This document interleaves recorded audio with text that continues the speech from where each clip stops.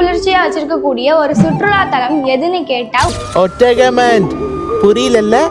ஊட்டி. அந்த பேர் எப்படி வந்துச்சு தெரியுமா? ஒற்றைக்கல் மந்து அப்படின்ற பேரு தான் மாறி மாறி உதகமண்டலமா ஆயிடுச்சு. நீலகிரி மலைப்பகுதியில வாழ்ற தோதர்கள் அப்படின்ற பழங்குடியின மக்கள் அவங்க வாழ்ற இடத்துக்கு மந்துன்னும் அவங்க புனிதமா வணங்குற ஒரு பெரிய கல்லுக்கு ஒற்றைக்கல் அப்படின்னு பேர் இருந்துச்சு. அது ரெண்டத்தையும் சேர்த்து ஒற்றைக்கல் மந்து அப்படின்னு பேர் வச்சாங்க. அப்போ பிரிட்டிஷ் அரசாங்கம் இருந்த காலகட்டம். அவர்களுடைய கோடைக்கால தலைநகரமா உதகமண்டலம் இருந்துச்சு. ஒற்றைக்கல் மந்து அப்படின்றத அவங்களுக்கு ப்ரொனவுன்ஸ் பண்ண கஷ்டமா இருந்தனால உடகமண்ட் அப்படின்னு சொல்ல ஆரம்பிச்சாங்க. இப்ப அந்த உடகமண்ட் தமிழ்ல, அதாவது சுதந்திரத்துக்கு அப்புறம் உதகமண்டலமா மாறுச்சு. இப்ப நம்ம உதகமண்டலம்னு சொல்லாம ஊட்டி உதகை அப்படின்னு சொல்லிட்டு இருக்கோம். இன்னும் ஒரு சுவாரஸ்ய தகவல்களுக்கு தமிழ் மயத்தோடு இணைந்திருப்போம்.